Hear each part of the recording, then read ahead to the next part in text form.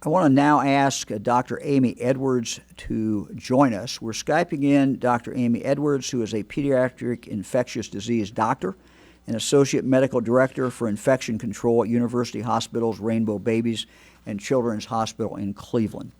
Dr. Edwards typically focuses on prevention of hospital-acquired infection and transplant infection diseases, but during the pandemic, she's been caring for children who test positive for COVID-19. She's also headed up the task force that established diagnostic and treatment guidelines for multisystem inflammatory syndrome in children as related to COVID-19. During the past couple of weeks, Dr. Edwards noticed a disturbing trend at Rainbow Babies throughout the pandemic.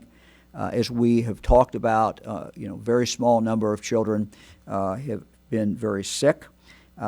Typically only 1% to 2% of children there were testing positive for coronavirus. Doctor is starting to see some changes in that. But Doctor, I wonder if you could first maybe start in talking about the overall situation with children.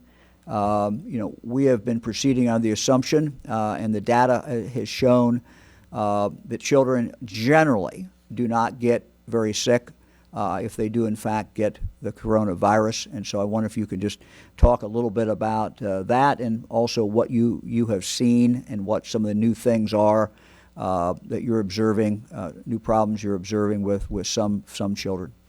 Thanks for joining us. Oh, thanks for having me, Governor DeWine. So for coronavirus in general in children, you're absolutely right. The vast majority of children are going to do great. They're either going to have asymptomatic or what we call polysymptomatic disease, which is, very minimal symptoms, which is typical for kids with respiratory viruses. And certainly, even with some of this new data coming in, children are nowhere near as affected as the older age groups, which, of course, I'm eternally grateful for. But in recent weeks, or maybe for the last month or two, what we've been seeing is an increase in the number of kids who are testing positive for coronavirus. Initially, some of that certainly could be laid down to increased testing as we were working together with the state and other institutions to increase our testing. Of course, we captured more kids because we were testing more kids. But what we've really been seeing recently is an increase in the percent of tests that are coming back positive, particularly in symptomatic children, meaning that for kids who have symptoms of a respiratory viral disease, a larger percent of them are coronavirus than earlier in the pandemic. It's to be expected as the state opens that we're going to start to see more positive kids, but that rate has been going up. It's something we're keeping our eye on. It hasn't gone up dramatically, about 5-6% or so, but it has been a steady increase, and it has not stopped increasing as of yet.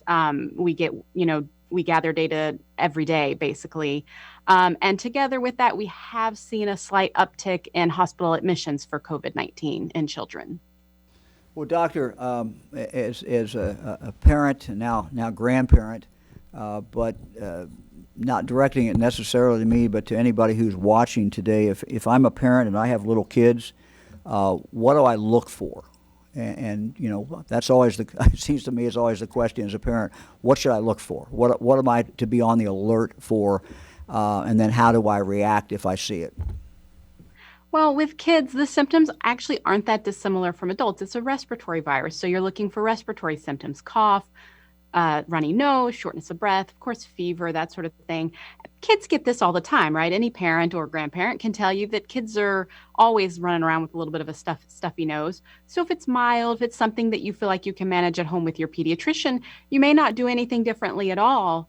But obviously, if your child seems to be having a little bit more trouble breathing than they normally do, if they're having trouble with their appetite, they're not eating and drinking as much as they should, then you might want to talk to your pediatrician about it. As you mentioned before, anybody that wants to be tested can be tested. Certainly, that's our policy here at Rainbow. We've liberalized our testing such that any child with symptoms can now be tested, not just the ones who are admitted to the hospital. And so if you're worried at all, just let your pediatrician know, and we can certainly get your child tested. Okay, great. Anything else that you think we should know? Anything else you'd like to tell our viewers out there and listeners? Yeah, the only other thing I'd like to say is, as we've been seeing the increase in coronavirus, so too we've been seeing, more cases of this inflammatory syndrome that you mentioned, the multi-system inflammatory syndrome in children. And so I do want to remind parents to keep an eye out for that. The symptoms of that are, high fever and GI symptoms like nausea, vomiting, diarrhea, stomach pains, rash, red eyes, that sort of stuff. We have information about that on our website at the Rainbow Babies and Children's website, including a frequently asked questions section for parents. But I do want parents to keep an eye out for that too, not just for COVID. Okay, and what about a child that has asthma? Anything in particular to watch for, or just be more alert about, or? So we've had some kids come in with asthma exacerbation secondary to COVID, and that actually seems to be the part that's pretty standard. The kids come in with their usual asthma exacerbations and they respond to albuterol much as they always do. So at least here at Rainbow, we haven't seen anything different with our asthmatics.